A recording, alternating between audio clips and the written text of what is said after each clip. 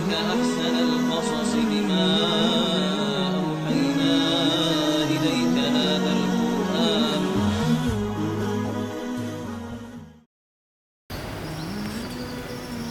أعوذ بالله من الشيطان الرجيم. بسم الله الرحمن الرحيم. الحمد لله رب العالمين. لا عاقبة للمتقين ولا عدوان إلا على الظالمين. أما بعد. السلام عليكم ورحمة الله وبركاته. Falintenne manatany arahaba ho antsika rehetra mpanaraka tsy tapaka any ity fandaharana qasasul Qur'an, ireo tantara voarakitra ao anatin'ny boky masina Al-Qur'an al-Karim. Manaraka an'izany dia tsy mitsatra antsika miderany Allah subhanahu wa ta'ala ary mandefa tsodrano mitafitafo amin'ilay malalantsika i Muhammad ibn Abdillah alayhi afdalus salatu wa taslim.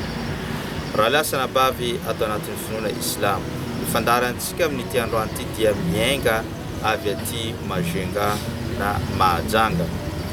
Efa niajantsika ny tety faritra nanome fahafampo an'ireo faritra maro mba andraisana anjara amin'izany fandaharana izany. Ka amin'ity androany ity dia anjara ny faritry ny Mahajanga na ny renivohitry ny Boeny no iangany izany tantara na ny fandaharantsika amin'ity androany ity. Ary tantarantsika dia mbola tantara voarakitra ao anatin'ny suratul Araf, ilay sura izay nakantsika lesona na tantara anakiroa dia ireo vahoakany Araf sy ny vahoakany Sabotsy izay noraisintsika teo aloha. Fa amin'ity androany ity kosa dia aka tantara anakiray izay antsoina fitnat Bilaam ibn Baora, izany hoe ilay fitna lehibe izay noentiny Bilaam ibn Baora teo amin'ny vahoaka Israelianina. Inona zavatra izay nitranga? Bilaam ibn Baora dia avy amin'ny foko anakiray izay antsoina hoe Bani Kanaan. Bani Kanaan dia foko anakiray izay mipetraka manamorona ny Palestine sy Jordanie, izany ao Jordanie manakaiky ny tendrombohitra antsoina hoe Noba no misy izany foko izany ary mipetraka tao izy ireo tamin'izany fotoana izany. Ka ny fitna na ihany koa Bilaam ibn Baora dia anisan'ny manampahaizana, manana fahalalana, nomeny Allah subhanahu wa ta'ala fahendrena sy ny fahalalana ary ny fahaizana rehetra izany lehilahy izany. Inona zavatra izay nandalo? Rehefa mpaminany Musa alayhi salam niaraka tamin'ireo zanak'Israely niala ny Egypta dia izotra makany amin'ny Ardul Muqaddasa, izany hoe ilay tany masina nampanantenainy Allah subhanahu wa ta'ala fa hitoerany zareo zanak'Israely aorian'ny fanangejana sy ny fanandevozana izay nataon'ny Firaona azy ireo tao Egypta. Ka niala tao Egypta izy ireo rehefa nianjeny Firaona dia nandalo izotra makany a Palestine, saingy kosa tsy maintsy mandalo amin'ny tendrombohitra Noba io ary keo amin'ilay foko misy an'izany Bani Kanaan no handalovany izy ireo amin'izany fotoana izany. Saingy inona zavatra izay hoe nahatonga Bilaam ibn Baora tratran'izany fitna izany? Satria ilay foko Bani Kanaan dia nianana fifandraisana tamin'ny Firaona alayhi la'na, izany hoe manana fifandraisana tsara, fiarahana resa-barotra, resa-politika ary resaka maro no nifanarahany Bani Kanaan tamin'ny Firaona. Ka rehefa mpaminany Musa alayhi salam midina avy any amin'ny toerana io, nandalo eo amin'ny tendrombohitra Noba miaraka amin'ny zanak'Israely izay maro anisany andeha enetsy 600,000 isan'ireo zanak'Israely izay niala teo amin'ny nandalo amin'ny toerana io ka natahotra ireny Bani Kanaan, ireny foko Bani Kanaan tamin'izany fotoana izany, ka nitonga izy ireo nandeha niangavy any Bilaam ibn Baora tamin'izany fotoana izany. Mba miangavy anao zay angatao doa amin'ny Allah subhanahu wa ta'ala mba hamotika na handentika an'ireo zanak'Israely izay miaraka amin'ny Musa.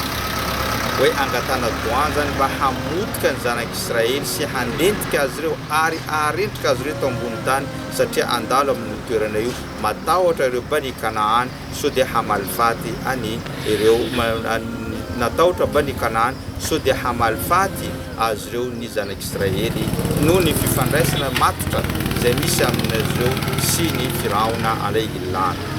Ka inona zavatra izay nandalo?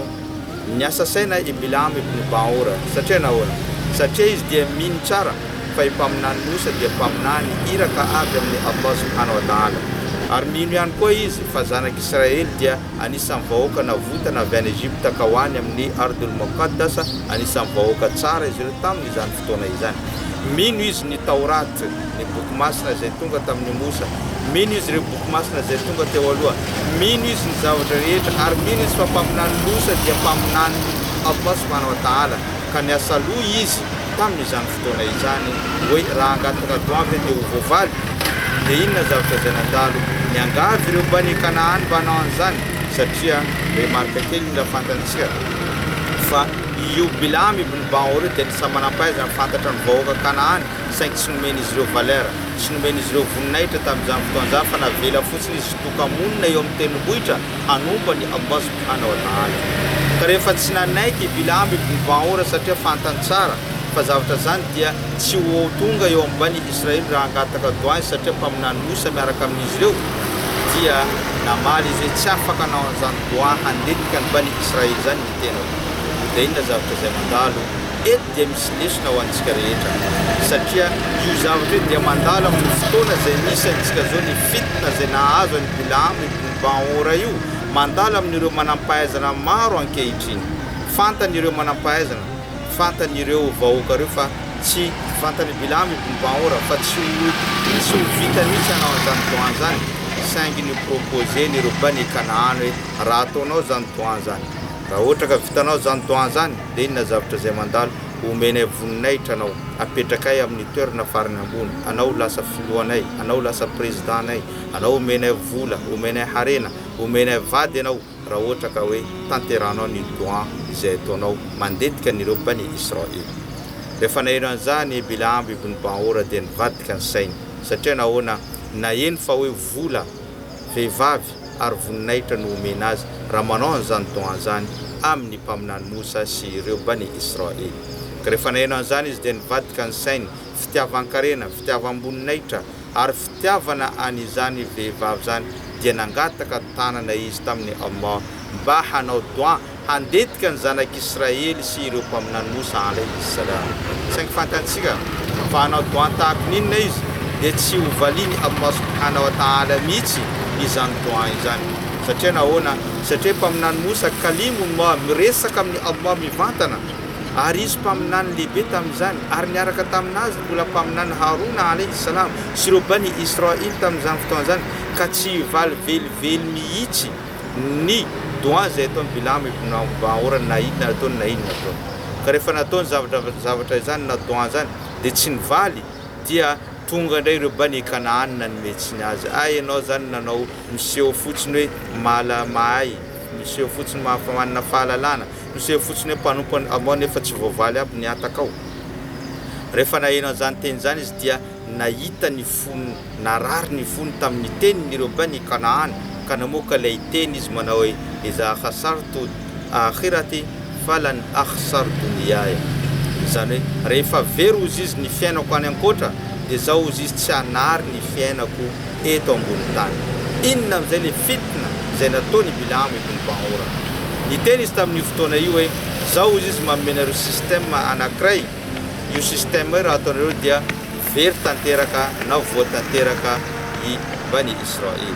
Inona zavatra izay nataony? Ny teny izy tamin'ny ireo vehivavy Bani Kanaan hoe anareo ozy izy rehefa tonga ny hariva ny alina dia andaninareo mitafy, miaingoa nareo, rehefa vita haingonareo mitafy tsara nareo, mandeha nareo mivarotra amin'ireo Bani Israely, zany hoe mivarotra zavatra amin'ny Bani Israely. Ary rehefa nareo mivarotra ozy izy ka misy ray na roa na telo na folo na zato amin'ireo Bani Israely te hiaraka anao firaisana ara-nofo aminareo na te hanararoatra ara-nofo nareo, aza mandahy mihitsy nareo vehivavy amin'izany fotoana izany. Dia nandeha ireo vehivavy Bani Kanaan dia nanao an'izany fihetsika zany, nandeha izy ireo nivarotra tamin'ny Bani Israely. Rehefa nivarotra izy ireo nivarotra tratra n'izany fitna ny Bilam ibn Baor ireo zanak'Israely ka ankamarozany izy ireo dia tafalatsaka tao anatin'ny fijangajangana niaraka tamin'ireo vehivavy ireo. Izay indrindra le teny ny mpaminany sallallahu alayhi wa sallam amin'ny hadis manao hoe inna awwal fitnatu Bani Israel kanat fi nisa, ny fitna lehibe voalohany nandalo tamin'ny zanak'Israely dia falatsana izy ireo tao anatin'ny vehivavy. ka vehivavy no noentiny Bilam ibn Baora nandatsaka n'ireo zanak'Israely ka rehefa latsaka izy ireo tao anatin'ny fijangajangana tao anatin'ny fisotrotoka tao anatin'ny zany karazan-zavatra maro zany nefa ny mpaminany Musa alayhi salam miaraka amin'izy ireo dia tezitra i mpaminany Musa alayhi salam ka rehefa hainy fa hoe Bilam ibn Baora no tompo-kevitra tamin'izany fotoana zany dia nanangana tanana izy tamin'ny Allah subhanahu wa ta'ala dia nivaliny Allah subhanahu wa ta'ala anisan'ireo olona matiantoka indrindra ary olona voa teto ambony tany i Bilam ibn Baora ka rehefa nanao an'izany mpaminany Musa alayhi salam mazava ho azy ho valiny Allah subhanahu wa ta'ala izany toan izay ataony mpaminany Musa alayhi salam izany ka rehefa avy eo niala teo ireo zanak'Israely nizotra nakany amin'ny toerana izay nalehan'izy ireo. Inona ny lesona izay tiantsika atongavana amin'ny fotoana io ary tadidio tsara fa izany tantara izany dia voatantara ao anatin'ny surat Al-A'raf izay miteny Allah subhanahu wa ta'ala amin'ny aya manomboka eo amin'ny 175 ka hatramin'ny 177 no aya no tantarany izany. Teneny Allah subhanahu wa ta'ala ao anatin'ny Qur'an al-Karim manao hoe watlu alayhim naba alladhi atainahu ayatina fansalakha minha fa atba'ahu ash-shaytan fa kana min al-ghawin. Teneny Allah subhanahu wa ta'ala teneny tantarao amin'izy ireo Muhammad le tantarany olona izay nomeny fahalalana fahendrena nefa kosa tsy nitazominy izany fa nampiasainy tamin'ny zavatra ratsy ka nampanarahany shaytan tratrany shaytan izy io ka lasa anisan'ireo olona matiantoka na olona izay nanao tsy rary teto ambony tany.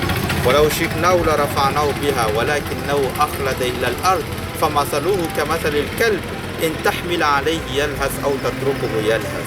Teneni Allah subhanahu wa ta'ala ka rantianay zany olona zany dia nampiakarina ny voninay saingy kosa izy nanao tsy rariny teto ambony tany dia nampidinay ambany ny voninaitrany ary ny toerana misy an'izany lehilahy zany dia tahaka ny alika anankiray na mitabataba aminy ianao dia misangalena izy ary raha ohatra ka avelanao izy dia mitrakalela foana izany izany dia tantarany tantarainy Allah subhanahu wa ta'ala ary amin'ny farany aya io dia miteny Allah subhanahu wa ta'ala faqsusil qasasa la'allahum yatafakkarun. Tantarao amin'izy ireo izany tantara zany ry Muhammad mba ahafahany ireo mpino Islam mahazo lesona amin'izany. Inona ny lesona izay tiantsika amarantsika mifandarina amin'ity ambany? Ny lesona lehibe amin'io ho an'ny manam-pahaizana ho an'ny ireo olona izay lazaina fa hoe nandranto fahalalana nahazo an'izany fahalalana zany dia tadidio fa ny zavatra anankitelo ireo dia mamotika ny fahaizana sy ny fahalalana ary ny zavatra izay fiainanao eto ambony tany indrindra ny fiainanao any ankoatra. Voalohany amin'izany dia ny voninahitra satria nomena proposition Bilam ibn Baora fa raha ataonao zany doan zany dia ataonay lehibenay mitarikanay chefinay ianao ary raha ohatra ka ataonao zany dia omena vehivavy ianao hanambady ianao ary raha ohatra ka ataonao zany dia omena vola aman-karena ka ireo zavatra anankitelo ireo matetika ny fiainantsika eto ambony tany dia tsapainy Allah amin'ireo zavatra anankitelo tsapainy ianao amin'ny resaka voninahitra hoe ho lasa olom-bony ho lasa ministra ho lasa président dia ho arinao ilay fahaizana kely izay nomenanao ho arinao ilay fahalalana kely ho arinao ireo zavatra tsara kely nomeny Allah subhanahu wa ta'ala ianao ary avy ihany koa ny vehivavy manimba an'izany hitantsika ilay fitina izay nampidiriny ny Bilam ibn Baora izay nahatonga ny zanak'Israely antsasaka ny nampahefa ny zanak'Israely tamin'izany fotoana zany dia rendrika tao anatin'ny fijangajangana avokoa. Izany dia fitina tinisa izay efa mitranga ankehitriny ary mitranga amin'ny firenena Europeana ninona zavatra izay ataon'izy ireo